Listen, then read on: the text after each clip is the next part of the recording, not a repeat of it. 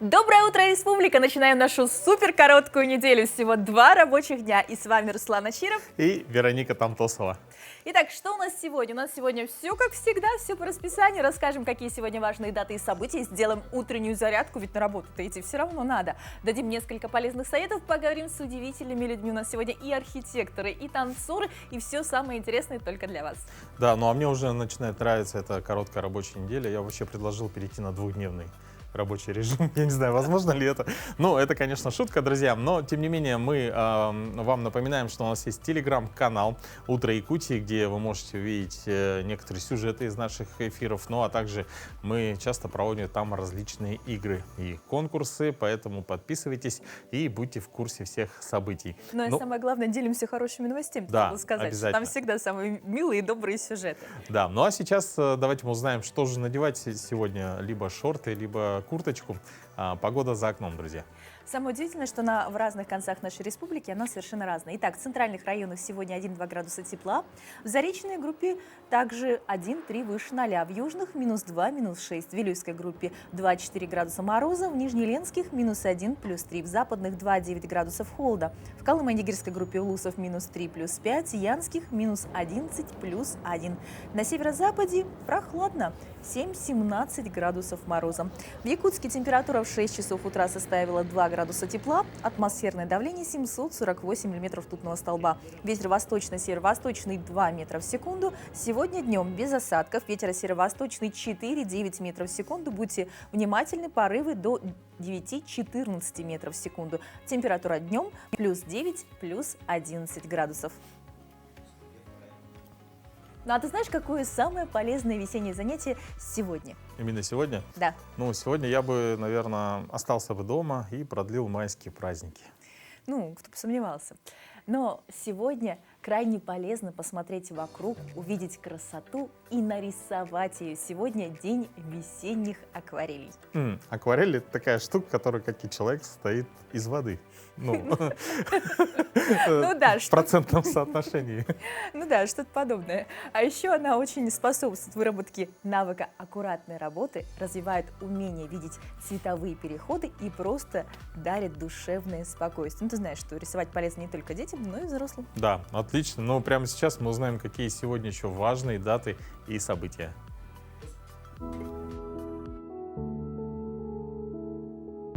На календаре 2 мая. Сегодня Великий Чистый четверг у православных христиан. Всемирный день тунца. По народному календарю Иван Ветхопещерник. На Руси в этот день крестьянки выходили в поле с холстом, раскланивались во все стороны и, обращаясь на восток, говорили: «Вот тебе, матушка, весна, новая новинка». После этого ткань расстилали на земле и клали на нее пирог и уходили домой.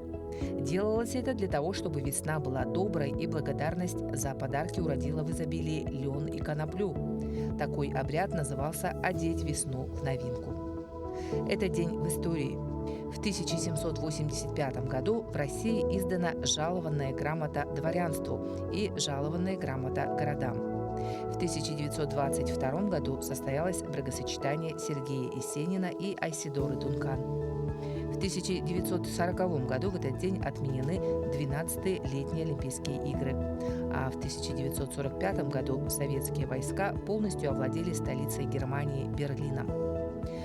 В этот день родились Екатерина II, российская императрица, Василий Розанов, русский религиозный философ, литературный критик и публицист, Кала Бельды, советский российский певец, заслуженный артист России, Леонид Каневский, советский российский актер театра и кино, заслуженный артист РСФСР, Валерий Гергиев, советский российский дирижер, народный артист России, Герой труда Российской Федерации, Дэвид Бекхэм, английский футболист, полузащитник. Именины сегодня отмечают Виктор, Георгий, Дмитрий, Иван и Семен. Заметил, с каждым днем приближения лета вставать утром становится все легче. Ну да, абсолютно согласен. И я полагаю, что все дело в солнечном свете. И ученые выявили целый ряд причин, чтобы вставать вместе с солнцем. Ну, во-первых, это делает счастливее. Солнечный свет помогает телу поддерживать здоровый уровень витамина D. Также балансируются биологические часы, что помогает бороться с различными заболеваниями. И в-третьих, это повышает вашу продуктивность и, наконец, укрепляет психическое здоровье, поскольку вам не нужно куда-то спешить. Слушай, ну я никогда не планировала будильник ставить с рассветом. Теперь я, наверное, выясню, есть же специальные там приложения, которые определяют, как бы сколько сегодня рассвет. Надо будильник ставить на это время и посмотреть, буду ли я более продуктивна. Ну, зато на работу вставать будет проще. А для тех, кто проснулся прямо сейчас, у нас есть отличный способ проснуться и разбудить свой организм. Итак, утренняя зарядка. Доброе утро! Сегодня мы с вами проведем комплекс упражнений на проработку мышц спины и плечевого пояса. Для тренировки нам понадобятся гантели от килограмма до 2, либо можно заменить бутылочками с водой 0,5 литра. Перед выполнением любой тренировки не забывайте проводить суставную разминку. Начнем мы с вами с проработки бицепса. Положение. Руки прижаты к корпусу. Далее вытягиваем точно вниз, гантели развернуты. У нас будет жим точно вверх до самого конца и уводим до самого низа. Вверх и снова до самого низа. Далее мы следим за тем, чтобы у нас не было заломов кисти. Эту позицию мы исключаем. Все четко, плечевой пояс раскрыт, локоть прижат к корпусу. Поехали. 12, 11, 10, 9, 8, 7, 6, 5, 4, 3, 2, 1. И далее мы переходим сразу к следующему упражнению. Уходим в наклон. Спина параллель с полом, локти мягкие, и мы будем делать раскрытие, верхнюю точку до уровня плечевого пояса. Также делаем 12 повторений. 11, 10, 9, 8, 7, 6, 5, 4, 3, 2, 1. И поднимаемся, закончили. И у нас остается крайнее упражнение верхней точки. У нас будет подъем гантель перед собой до уровня плечевого пояса и будем уводить обратно в нижнюю точку. Локоть также остается мягким. Работаем на 12, 12, 11, 10, 9. Исключаем инерцию в корпусе. Подъем только за счет дельт. 5, 4, 3, 2, 1. Каждое упражнение мы выполняем по 12 повторений. Комплекс повторяется в 3 подхода. И не забывайте, что если у вас нет гантелей, вы всегда можете заменить их бутылочками с водой. Хорошего дня, до новых встреч! Ну, отличная зарядка, мне кажется, все проснулись. Но самый интересный вопрос, как прошли твои первомайские выходные? Слушай, ну традиционно, с шашлыками. Но был интересный такой момент. Мы взяли с семьей, решили выехать тоже присоединиться к нашим друзьям на природе. Но шашлыки решили приготовить дома, на гриле. Это оказывается очень удобно, потому что я всегда вспоминаю, выезд это всегда мангал его поставь, там, угли разожги. В общем, очень много времени на это тратится. А когда ты приезжаешь с горяченькими шашлыками, это очень экономит время. А как вы сохраняете тепло? То есть Термос в теплом. в термос да, в прям. большом термосе. Здорово. Ну, смотрите, Лайфхак. есть лайфхак, да. То есть переложил шашлыки в термос, привез на природу и жарить ничего не надо. Ну, а я вот как-то все выходные провела в репетициях, поэтому решила узнать больше о первомайских традициях разных стран и была приятно удивлена. Оказывается, в Греции дети выходят на поиски первой ласточки, символа весны, а вот в Финляндии отмечают весенний карнавал студентов, в рамках которого на статую нимфы Хайс Аманда абитуриенты надевают белую фуражку, головной убор учащихся.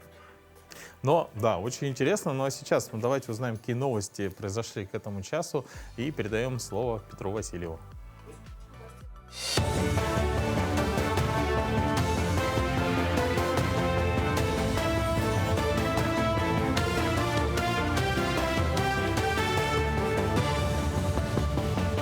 утро, коллеги. Далее поговорим о самых заметных новостях к этому часу. Россияне смогут переводить между своими счетами в разных банках до 30 миллионов рублей в месяц без комиссии через СБП по номеру счета онлайн. Соответствующие нормы закона вступили в силу с 1 мая. Закон, который внес такие изменения, был принят еще летом прошлого года. Новые правила распространяются при этом на переводы по номеру счета через мобильные приложения или личный кабинет на сайте банка на свой счет в другом банке, либо по номеру своего телефона через систему быстрых платежей. В отношении переводов, которые осуществляются в офисе банка, а также по номеру карты, изменения действовать не будут. Правительство страны утвердило перечень категорий граждан, которые с 1 июля этого года смогут оплачивать жилищно-коммунальные услуги, а также пени за неполные несвоевременные платежи без комиссии, взимающиеся отдельными банками. Речь идет о многодетных родителях, пенсионерах, инвалидах, ветеранах боевых действий, а также членах семей погибших или умерших инвалидов и участников Великой Отечественной войны, а также ветеранов боевых действий. Как отметили в Кабмине, распоряжение подготовлено для реализации новых форм норм жилищного кодекса России, которые были приняты по указу президента страны Владимира Путина. В Якутии субботники продолжатся до 4 мая. Эта экологическая акция проходит в рамках Всероссийского субботника и направлена на благоустройство в преддверии 8-х международных игр «Дети Азии». В наведении порядка на территории Якутска приняли участие более 1000 якутян. Во всех округах на уборку улиц, общественных пространств от мусора вышли трудовые коллективы окружной администрации, муниципальных предприятий, республиканских министерств и ведомств, а также студенты различных вузов и СУЗов.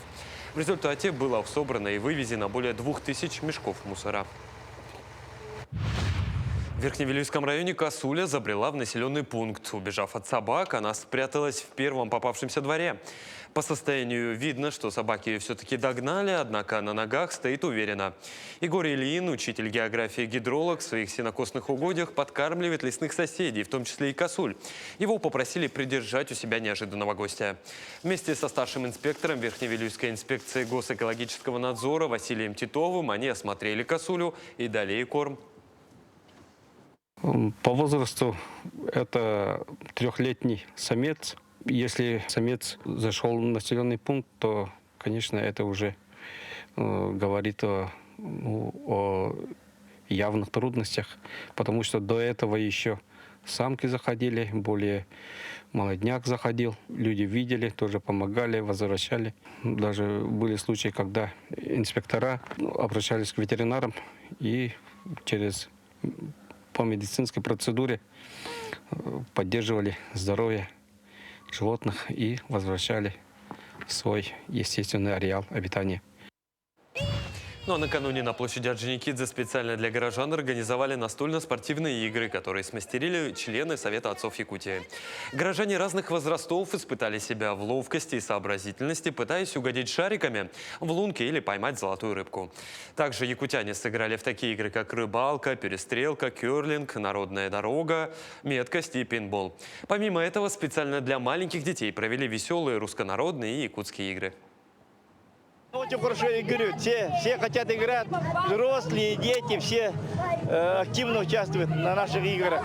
Это даже приятно, которые своими руками делают вот эти игры, так когда играют люди, вдвойне прекрасно и приятно. У нас есть настольные спортивные игры, вот у меня лично, да, вот, игра Хорнкол, это как по всему миру играется, эта игра, перешел издалека, эта игра тоже очень хорошая, и игра «Попади в нору», и игра есть у меня вот сейчас сегодня вот играющие, дотянись до туеса.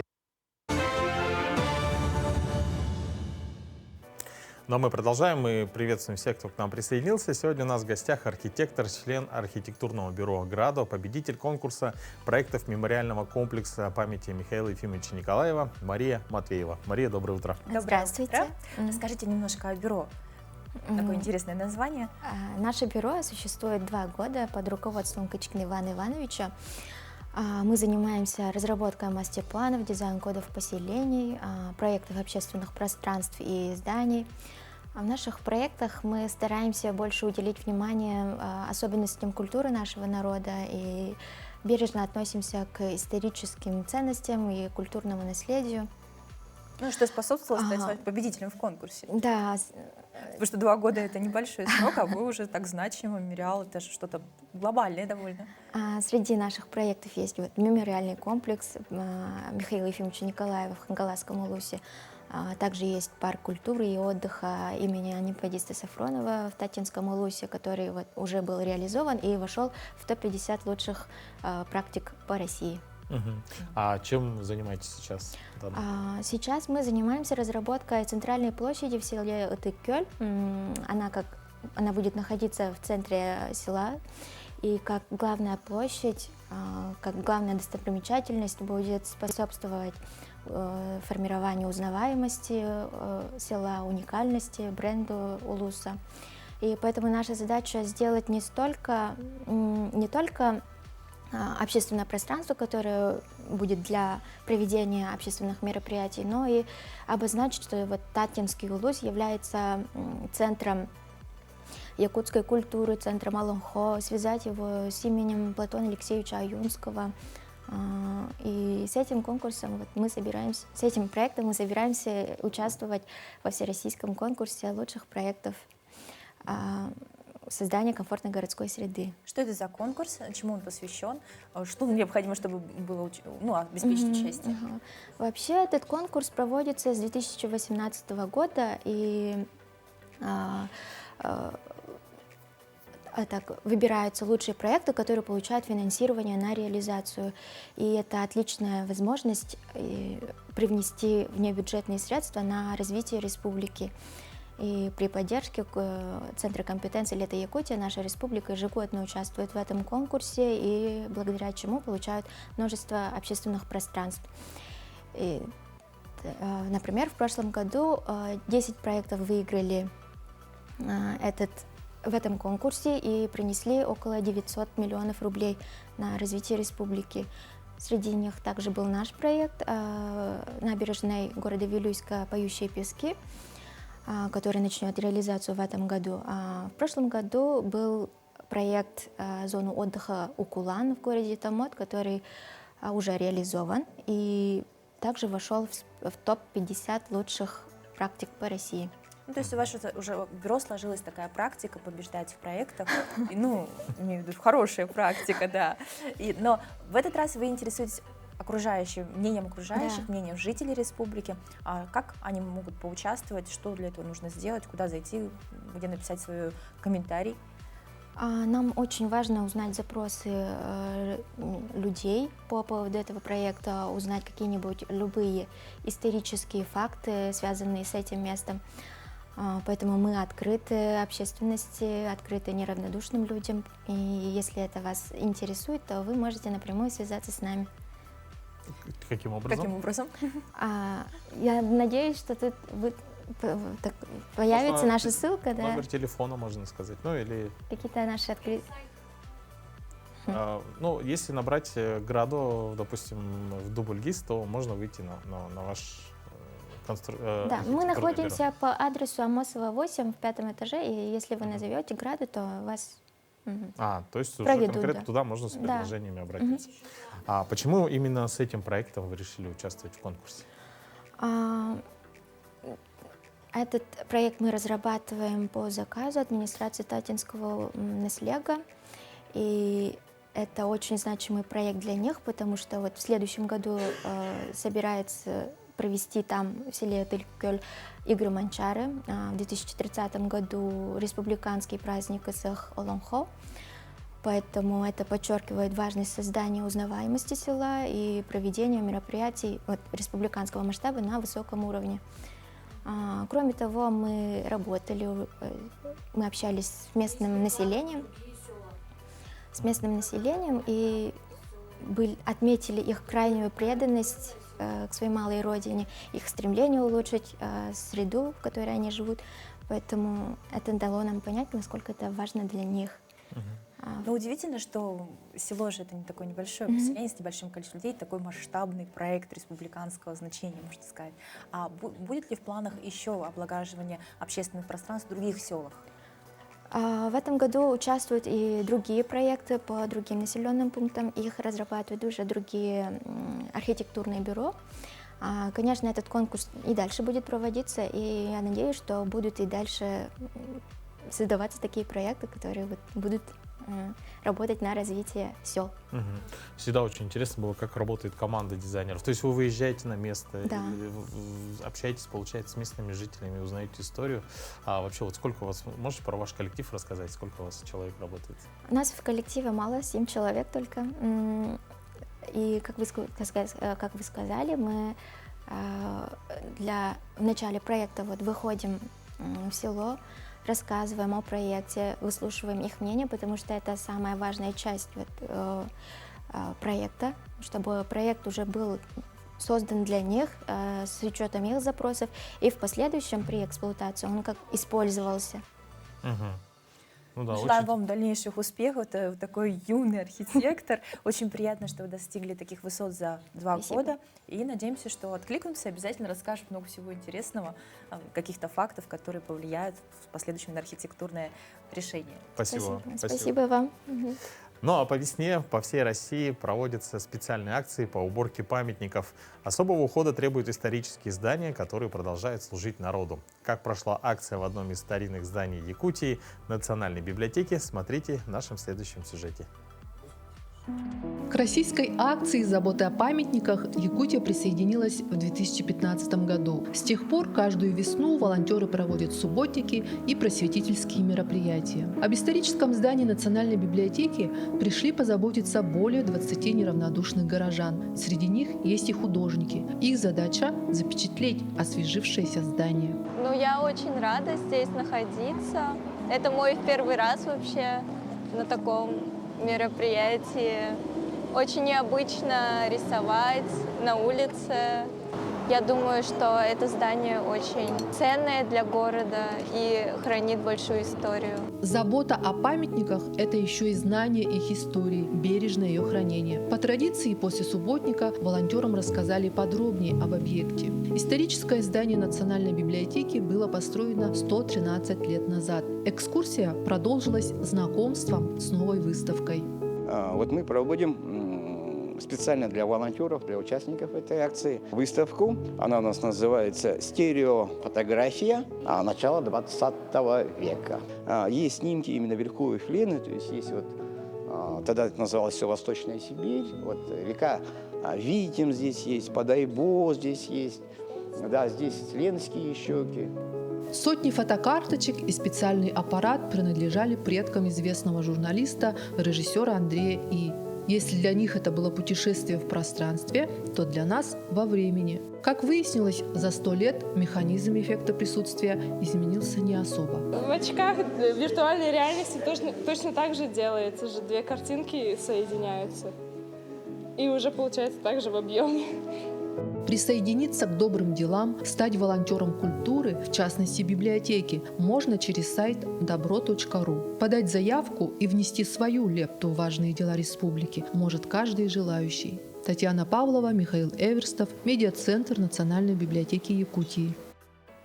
Ну а в прошлом месяце команда «Якутия-24» в рамках проекта «Весна на НВК» посетила Алекминский район. Мы были приятно удивлены тому, как местные жители любят свою родину. Многие приезжают туда из разных уголков страны, остаются, развиваются и заводят семьи. А главное, даже не возникает мысли переехать с Алекминской земли. Так случилось и с сестрами Яной и Лилией, для которых Алекмин стал родным домом. Катерина Винокурова продолжит рассказ о прекрасных жительницах Алекминска. Сестры-близнецы Яна и Лилия родом из Алтайского края. С будущими мужьями их обеих свела судьба во время учебы в авиационном университете в Красноярске. Так, волею судьбы, 2 лучших друга из Алекминска впоследствии стали семьей. Мы вдвоем всегда вместе. Мы даже если по жизни куда-то разъезжались, всегда жизнь почему-то нас сводила. Мы где только уже не жили. Ну, вот, и... Где успели пожить? Сначала мы жили, в Красноярске мы все учились, потом мы с мужем уехали в Улан-Удэ, у него папа родом. Мы с мужем первый раз в этот момент переехали сюда. Вот я первый раз увидела, что такое Алекминск, сколько было, 12 лет назад. Впечатления, сразу скажу, были не очень, вот первые, да, и мы прожили здесь всего лишь полгода и переехали к сестре в Улан-Удэ. Потом пожили там, потом мы решили, что нужно куда-то еще поехать, мы переехали в Санкт-Петербург, мы с мужем.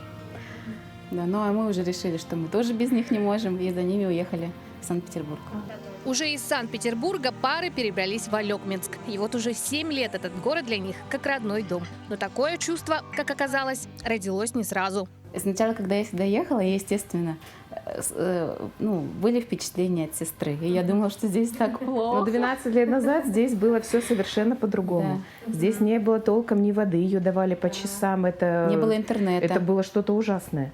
Вот мне казалось, что как так люди живут. А когда уже я сюда приехала, то я, видимо, себе так всю эту картинку описала плохо. И когда я сюда приехала, мне показалось, что не так уж все плохо. Все есть. И когда мы сюда приехали, вообще вот городская среда, она была вообще в плачевном состоянии. А сейчас же у нас все равно скверы строятся, парк строится. Вообще очень много делается для города. Кстати, люди иногда это не замечают, но мы можем сказать, что просто изменилось все в лучшую сторону. Здесь очень даже можно жить. И жить очень можно хорошо. А вместе с тем, как меняется в лучшую сторону город, меняют свой образ жизни и горожане, совмещая работу и дом с любимыми увлечениями. Красавицы-сестры не исключение. Помимо основной деятельности, а это аэропорт Алекминска, Яна занимается фотографией, Лилия печет на заказ имбирные пряники. Когда сюда с мужем переехали, я родила ребенка и была в декрете. Естественно, денег не хватает. А здесь как раз Новый год должен был быть. Но подарки-то нужно дарить. У него здесь родственников много. Ну и вот, и думаю, что бы сделать. И вот увидела где-то в интернете, что вот есть такие имбирные пряники. И начала. И вот первые пряники я подарила своим родственникам. А потом уже, начала более так профессионально заниматься. Кстати, Алекминск, я считаю, помог мне развить свое дело. Потому что тут, когда я приехала, практически не было фотографов. И у меня были руки развязаны, я могла делать все, что я хочу, как я хочу. И, в общем, Алекминск меня раскрыл как фотографа. Мамы какие у вас? Отличные, замечательные и работающие. Работяги. А ты, Адам, что скажешь? Какие? Ну, я хотела сказать красиво, а ты сказала. Ну, скажи. Спасибо, мама.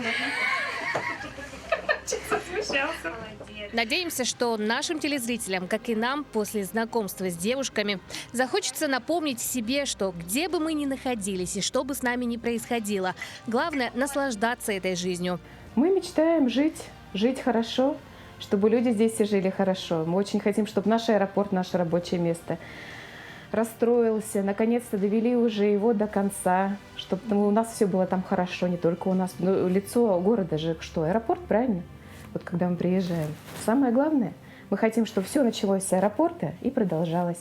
Все-таки Якутия очень большой край, и богатый. Жители Якутии достойны жить очень хорошо. Да, а вообще мы всегда любим говорить, что нам всегда хорошо там, где мы есть. Да, всегда хорошо там, где мы есть. И поэтому наша жизнь, мы любим свою жизнь, нас все устраивает. Алекминск мы тоже очень любим, поэтому... И хотим, чтобы все алекминчане также любили свой город, как мы его любим. Да. Катерина Винокурова, Ренат Нахеев, Алекминск. Такие яркие жительницы, и правда здорово, что они туда приехали. Видно, что они болеют за Алекминск и за аэропорт в частности. Надеемся, все у них получится.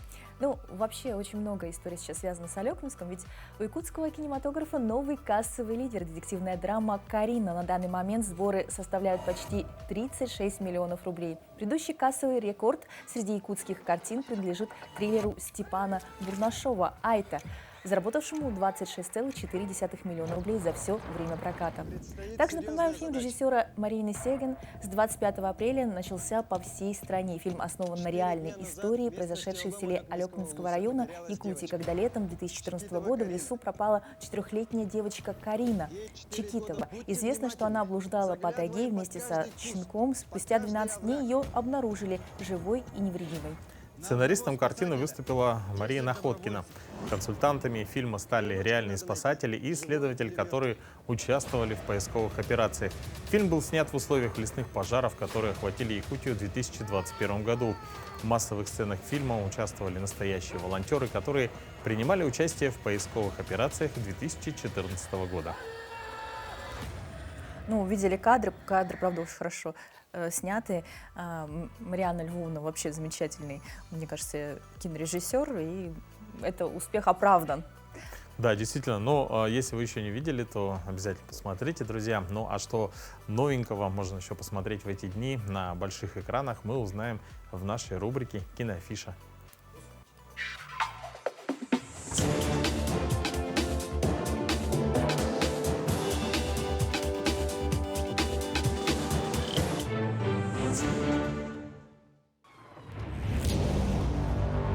Из-за ливней, которые обрушились на землю, многие регионы оказались под водой. Смотрите в кинотеатре «Центральный» в предстоящие выходные. Слишком много желающих выехать. Мы не можем всех пустить. Мой любимый. «Всемирный потоп» – экранизация одноименного дебютного романа британской писательницы Меган Хантер. Книга была опубликована в 2017 году. Премьера киноадаптации состоялась на фестивале в Торонто в 2023. По сюжету в будущем наступил всемирный потоп. В день, когда вода проникает в дом женщины, она рожает долгожданного ребенка. Из больницы по размытым дорогам они переезжают в дом родителей мужа. Но не выдержав их трагической смерти, муж отправляется отстраивать разрушенный Лондон. После известия о постигшем Лондон пожаре, а потом эпидемии, женщина отправляется на райский остров, где беженцы якобы устроили коммуну. Связи с мужем нет. Она пытается выжить в диких условиях нового мира и не знает, но верит, что увидит своего мужа еще когда-нибудь. Всемирный потоп. Нам придется построить новый мир. В кино с 1 мая. Мисс Мойра, я детектив Сайферс. Знаю, вы пережили страшную ночь. Ужасающий хоррор-триллер «Потрошитель наследия», рассказывающий историю маньяка, убивающего в жуткой маске в виде черепа. Режиссером картины выступил мастер жанра Анте Новакович, снявший «Разрешение на зло», «Фестиваль страха», «Убийство начинается с конца». Отправной точкой сюжета становится кровавая бойня, которую на Хэллоуин устроил кузен женщины по имени Мойра. Психопат Ли Моррис зверски расправился с несколькими членами ее семьи, а также с рядом других неповинных людей. В живых, кроме Мойры, остались ее 2 сына, которых эта трагедия тоже сильно травмировала. Злодею удалось скрыться, но каждый год он вновь дает о себе знать. Горожане дали ему прозвище «Череп», поскольку он скрывает лицо за жуткой маской. С наступлением осени город охватывает страх. Поймать убийцу пытается детектив Сайферс. Убийца гуляет на свободе. Ты думаешь, это он? За дело. Знаешь, каково это, когда на тебя охотятся? Когда ты добыча. Не знаю. Где мои сыновья? Желаем вам отличного настроения и приятного просмотра.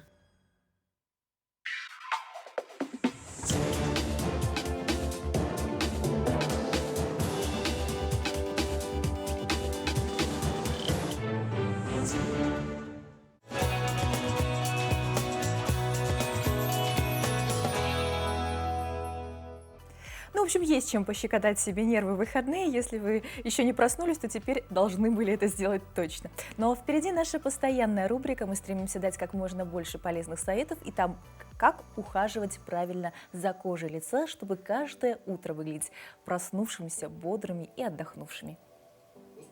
Кожа – это самый большой орган тела, выполняющий множество важных функций. Она обеспечивает сохранность в организме жизненно важных химических и питательных веществ. При этом она выступает как защитный барьер от проникновения в организм опасных веществ и защищает нас от вредного воздействия ультрафиолетового излучения Солнца. Кроме того, цвет, текстура и складки на коже делают нас непохожими друг на друга. Все, что препятствует нормальному функционированию кожи или вызывает изменения во внешности, может иметь важные последствия. Поэтому очень важно ухаживать за кожей лица, как для здоровья, так и для эстетической составляющей. Комплексный уход за кожей лица – это то, что помогает нам сохранить кожу молодой и выглядеть свежими и отдохнувшими. Сегодня мы вам расскажем о последовательности ухода за лицом. Каждое утро необходимо начинать с умывания. Ночью кожа восстанавливается и выделяет кожное сало, как на лице, так и на руках, которые необходимо смыть. Поэтому перед тем, как дотрагиваться до кожи лица, необходимо тщательно вымыть руки. Для умывания используйте гели и пенки с нейтральным pH-балансом. Это позволит вам деликатно очистить кожу. После умывания нанесите на лицо тонер.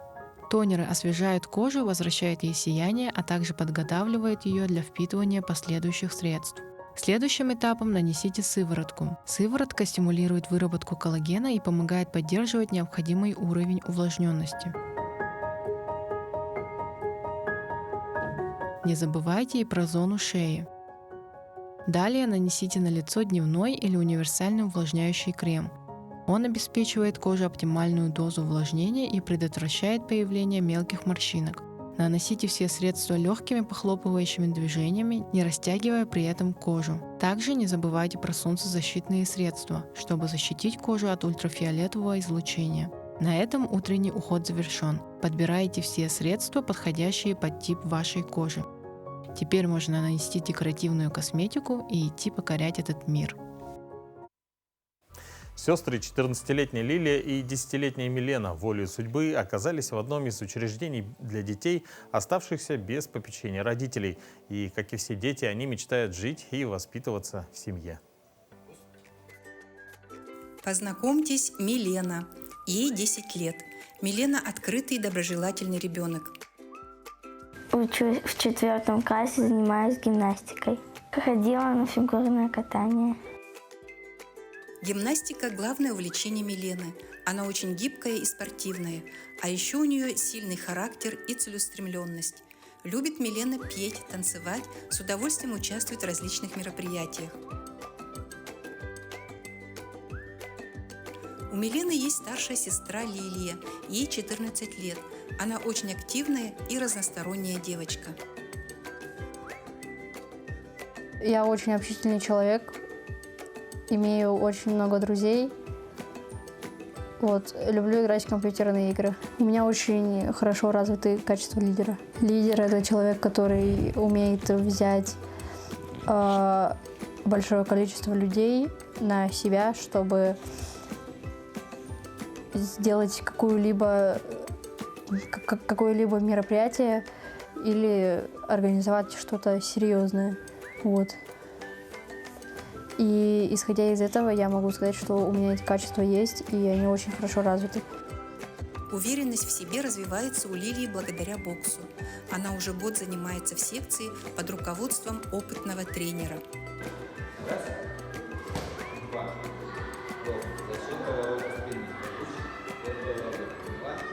Лилия физически крепкая и сильная, очень доброжелательная и отзывчивая, любит детей и проявляет заботу о них. У Лилии много призовых мест в различных олимпиадах и конкурсах, и она по праву гордится этим. Лилия и Милена очень хотят обрести семью.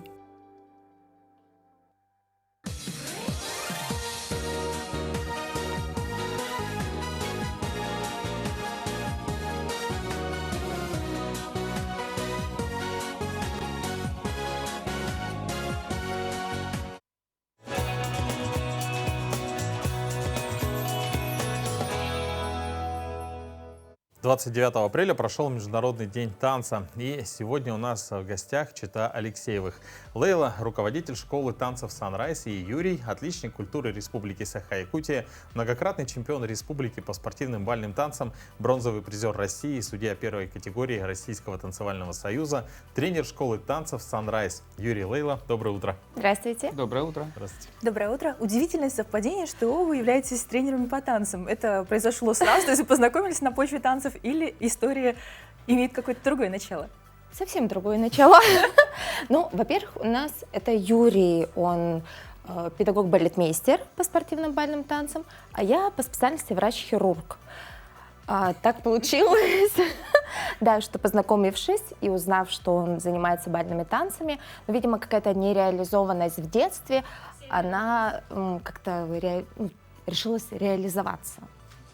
А потом, через пару лет, все, я уже не врач-хирург, я уже руководитель. Я его уговорила создать свой коллектив, свой клуб, активно его продвигаем. Ну вот и сертификат хирурга я продлила до 25 года, сертификат действующий, но тем не менее, вот так получилось, что... То есть вы можете быть и Да. хирургом, Да. и совмещать. Я так и работала на самом деле. Открывала клуб и при этом работала хирургом. Да, все верно. Удивительно, у нас хирурги. Но самое главное, это полезно. То есть хирург — это же все равно знание как бы организации тела, знание Абсолютно. всех органов. То есть, Анатомия. да, анатомия. Это вообще здорово. Да, и то, что при этом помогает заниматься больным в танце танцем. Это вот именно так и помогает. То есть Юрий, он объясняет на свой лад, да, своими знаниями, а я уже применяю то, что я непосредственно знаю, вижу, рисую, там, мы прям с рисуночками вместе То есть это сидим. вообще научный подход получается Да. к танцам. Здорово же, да? Да. Ну и всегда есть врач, так как это все равно спорт, это травматичный спорт, у нас всегда есть врач, который, если что, Может поможет. пришить? Чаще говорит о том, что отрежет. Ну, тоже. Это врачебный юмор еще. Тоже это своя Да? категория. Мне передался он тоже. Ну, мы знаем, что у Юрия история с танцами гораздо более ранее началась. Да, у меня попроще. Да, потому что Юрий у нас из Читы. Это, можно сказать, продолжение династии руководителей коллективов спортивных бальных танцев, да? Это связана ваша всё судьба верно. с коллективом «Мозаика». Расскажите нам об этом подробнее. Да. Михаил Захарович, это мой отец, да, и, ну, отчим, отец. С 3 класса я начал танцевать, и вот, в общем-то, и продолжаю по сей день. И сейчас, как вы сказали, династия, это у нас, получается, уже 4 поколения будет. Это вот мой отец Михаил Захарович, уже мы с Лейлой, и наши дети. Да, сына. 3 поколения. Я считать научусь сейчас. Да. 3 поколения. У нас просто 2 сына, это же не 4 поколения, это все-таки 3 поколения.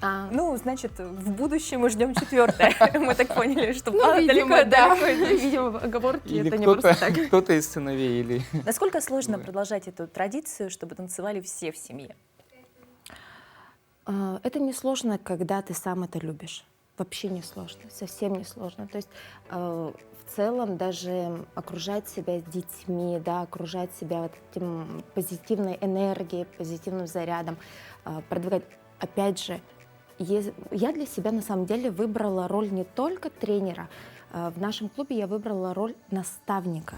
То есть все, что я делаю сейчас, я делаю не только для того, что вот здесь сейчас происходит, да, не только для этих турниров. Я думаю о том, что они могут из этого извлечь в будущем, лет через 20, когда у них будут свои семьи. Да? То есть, поэтому это на самом деле долгосрочный проект, как мой, и я надеюсь, это и для детей. Да? Поэтому такой Sunrise, он у нас достаточно душевный клуб, спортивный и пытается быть душевным. Поэтому на самом деле энергозатратно ли? Да. Сложно? Нет. Потому что мы сами вот в этом. Действительно, как вы сказали, действительно уже 3 поколения, да, это такой большой временной пласт. А вот можете сказать вообще, насколько спортивно-бальные танцы сейчас, они на пике, или возрастает интерес, или, может быть, наоборот, какой-то есть застой? То есть вот по вашему мнению. Ну, я думаю, сейчас он набирает обороты. То есть было время чуть-чуть маленького простоя и, ну, как, наверное, во всех сферах нашей жизни какое-то вот определенное время. Вот. А сейчас, да, и, ну, во главе у нас, получается, 2 организации. Во главе стоят очень сильные люди. Федерация спортивного танца — это у нас Сивцев Михаил Захарович. И Союз танцевального спорта у нас лидером является Николаева Людмила Валерьевна. То есть 2 сильных лидера, которые продвигают всю нашу республику в танцах, поддерживают нас. Мы очень, получается... Активно. Да, очень активно. Ну, нас поддерживают, и мы активно, отдача от нас достаточно активная. Что Да. все проекты, кто? Мы, сюда, куда? Турниры, Мы. концерты. Вот, кстати, сегодня будет концерт. Сегодня Да. 2 мая в 19:00 в ДДН, Дом дружбы народов, да. имени Колоковского, будет у нас концерт. Всех приглашаем. Вот. Ну и опять же, это же изначально должен был быть, это мероприятие именно народного коллектива «Мозаика». Но с подачи, да, Союза нашего получилось так, что мы собрали практически все коллективы города, чтобы они все поучаствовали в данном концерте. Ну, то есть это тоже такой, вроде бы не прямая направленность, да, но это все равно там где-то было сказано, мы это взяли и уже реализовываем. Ну, то есть есть уникальная возможность посмотреть на всех. Да, да. Ну, да. и мы на сцене сегодня знаем, что увидим также какие-то знаменитые номера уже народного коллектива, которые вставили вы, которые заняли какие места в Казани, в Москве, очень успешно. Они, да, очень успешно станцевали. Это народный коллектив «Мозаика». Заняли гран-при в городе Казань, Татарстане. Потом они съездили в Санкт-Петербург, тоже их очень хорошо отметили, да. Это два больших номера, которые ставили, и Лейла ставила. Оказывается, то есть вот настолько активная жизнь, да, танцевальная проходит, это просто по его воспоминаниям я начинаю вспоминать, что действительно что-то было, какие-то кадры. Вот мы сейчас видим на экране как раз это эти постановки. Да, это вот Рио Рита, вот прямо сейчас, которая показывается, это тематика, ну, послевоенная, довоенная, наверное, скорее всего. И второй танец, он под исполнительницу Далана, очень хороший номер получился и полюбился жюри вот этих больших конкурсов. Вот предыдущий вальс, который был. Но очень яркие номера. Хочется спросить, разные поколения, абсолютно видно, что и у вашей семьи разные поколения занимаются танцами, и на экране мы видим, что достаточно возрастные пары, да. Что вы скажете людям, которые всегда сомневались? Вот возраст приходит, какая-то нереализованность остается, и страшно начать заниматься танцами?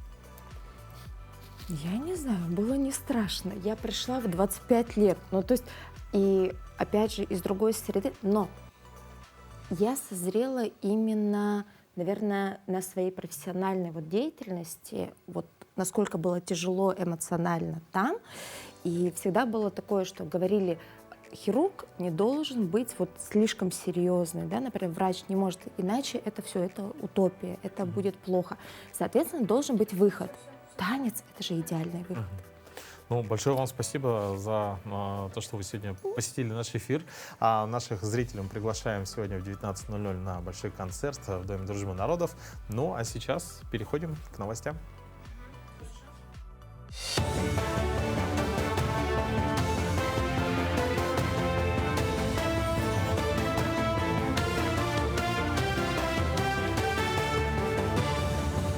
Мы продолжаем освещать самые заметные события этого утра. Абитуриенты, которые планируют поступать на программы бакалавриата и специалитета по квоте целевого приема, теперь смогут подать заявление только в один вуз на одну образовательную программу. Закон, подписанный президентом Российской Федерации Владимиром Путиным, также вносит изменения и в механизм целевого обучения в высших учебных заведениях. Он вступает в силу уже в среду. Ранее абитуриенты могли подавать 5 таких заявлений. Это, как отмечали авторы закона, приводило к тому, что вузы не выполняли план приема на целевое обучение, так как каждый абитуриент в итоге занимал только одно из 5 мест, а оставшиеся 4 оставались свободными. Между тем, в Якутии на затороопасных участках рек Лены, Колымы, Алдан, Амги, Нью и Тока завершили превентивные противопаводковые работы. Прочность покрытия ослабили на площади в 7 квадратных километров. Распиловку льда провели на участках русел протяженностью в 41 километр.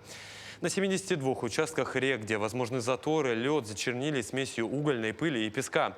В 7 местах покрытие распилили с помощью буровых установок на базе тракторной техники. Горячая линия по профилактике клещевого энцефалита запущена во всех регионах страны. В период с 30 апреля по 13 мая Роспотребнадзор проводит всероссийскую горячую линию по вопросам профилактики клещевого энцефалита и многих других инфекций, передающихся клещами. Специалисты проведут консультации для россиян о методах индивидуальной защиты, также проинформируют, куда обращаться при обнаружении клеща, где можно сделать прививку и на каких территориях риск заражения особенно высок. Номер горячей линии 8 800 555 49 43. Утренняя зарядка вместо планерки. С разминания суставов и растяжки начался день сотрудников медиакомпании «Алмазный край». Инструктор Мирнинской районной больницы показала журналистам, операторам и монтажерам упражнения, которые стоит делать каждому и на работе, и в школе, и дома. Упражнения с теннисным мячиком осанку не исправят, зато помогут при остеохондрозе, боли в пояснице и защемлении седалищного нерва. Лечебная физкультура – это не только умеренные физические нагрузки, но и эффективный метод оздоровления и реабилитации при заболеваниях опорно-двигательного аппарата. Ну а заниматься можно где и когда угодно. ЛФК особенно полезна офисным сотрудникам. Дети дошкольного младшего возраста с 5 лет, дети с младшего школьного возраста, подростки, взрослые пенсионеры, работающие и неработающие. Направление вы можете получить у своего участкового терапевта, либо по профильному заболеванию невролог или травматолог, хирург. С 1 мая по 30 декабря открыт прием заявок на участие во втором сезоне всероссийского конкурса на лучшее путешествие «Дальний Восток. Земля приключений». Сам конкурс проводится по инициативе вице-премьера, полпреда президента России на Дальнем Востоке Юрия Трутнева. Для участия в конкурсе необходимо снять короткометражный фильм о своем путешествии на Дальний Восток и направить его на оценку жюри.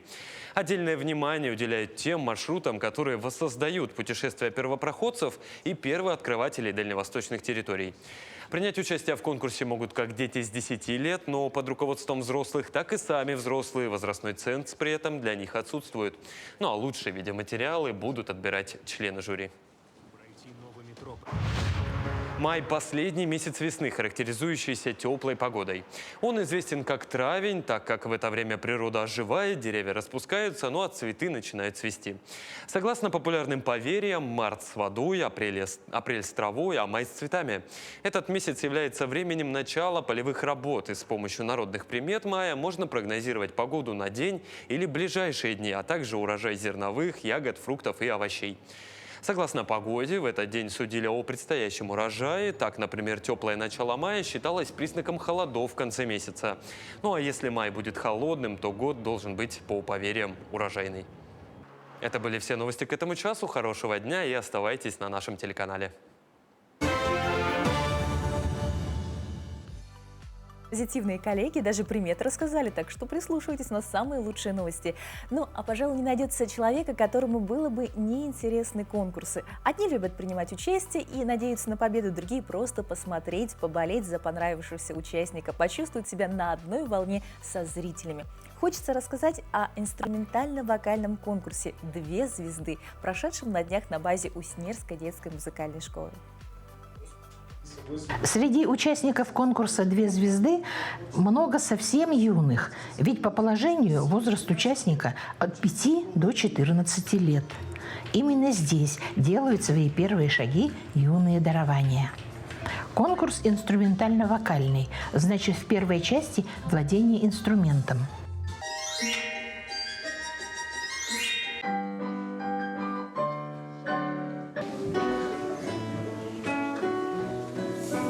Конечно, строгое, но доброжелательное жюри учтет все нюансы и оценит каждого в своей категории.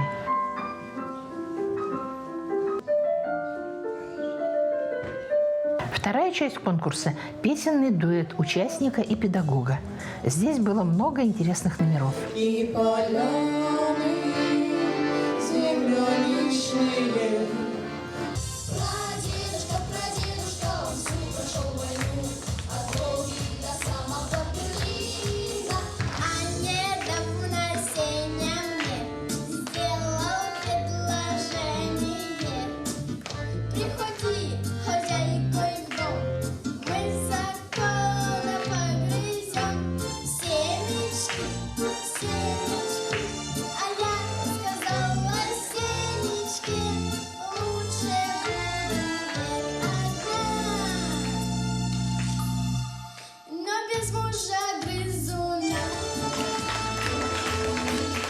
Мы долго готовились с Еленой Валентиновной и учили песню. И учили мелодию «Голубой вагон». И на конкурсе я не первый раз. Когда я выступала, я смотрела на маму. Я волновалась, но когда я посмотрела на маму, я перестала волноваться. В зале много родителей. Волнуются, любуются, поддерживают. Дети у нас очень активные, творческие, талантливые. Вообще очень понравились костюмированные номера, когда в разных образах дети выступают, и им это, видно, нравится. Ну, хотелось бы побольше таких мероприятий в нашем поселке. Хочется отметить, что в конкурсе прошлого года было 12 участников, нынче уже 22. Маловато места на сцене детской музыкальной школы. Конечно, радует, что все-таки ежегодно проводятся эти конкурсы. И детей прям видно, что у них огонек загорается в глазах, у них появляется увлечение, тяга идет к этому, к духовности, как бы скажем. Ну, радует. Вам, как члену жюри, какой исполнитель понравился? Были достойные номера. Можно было посмотреть это все. Ну, дальнейшее что? Могу пожелать только нашим жителям, в основном родителям, чтобы они все-таки отдавали своих детей в такие творческие коллективы, занимались ими, они не ставили в приоритет улица и так далее. И как бы школа есть, вот занимайтесь. Нет, надо больше развиваться, больше, чтобы времени дети проводили вот в таких коллективах. А гран-при конкурса присудили дуэту восьмиклассницы Татьяны Михайленко и педагога дополнительного образования Егора Неустроева. Наше поздравление!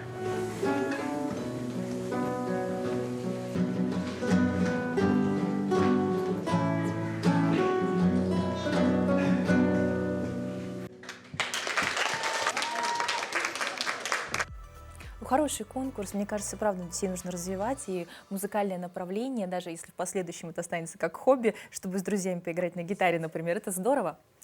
Дорогие друзья, ну а прямо сейчас спешим напомнить вам, какая у нас сегодня в столице погода. Итак, температура воздуха в 6 часов утра в Якутске составляла 2 градуса тепла, атмосферное давление 748 метров ртутного столба. Днем у нас без осадков, ветер северо-восточный, порывы до 9-14 метров в секунду, но температура уже хорошая, плюс 9, плюс 11. Да, ну а в свою очередь мы желаем вам отличного начала рабочей недели. Ну а завтра в завершении рабочей недели в нашем эфире мы сделаем небольшой конкурс в нашем телеграм-канале, поэтому участвуйте, присоединяйтесь, подписывайтесь пока на телеграм-канал «Утро Якутии». До новых встреч, ждем вас всех завтра. Хорошего дня. Всем пока.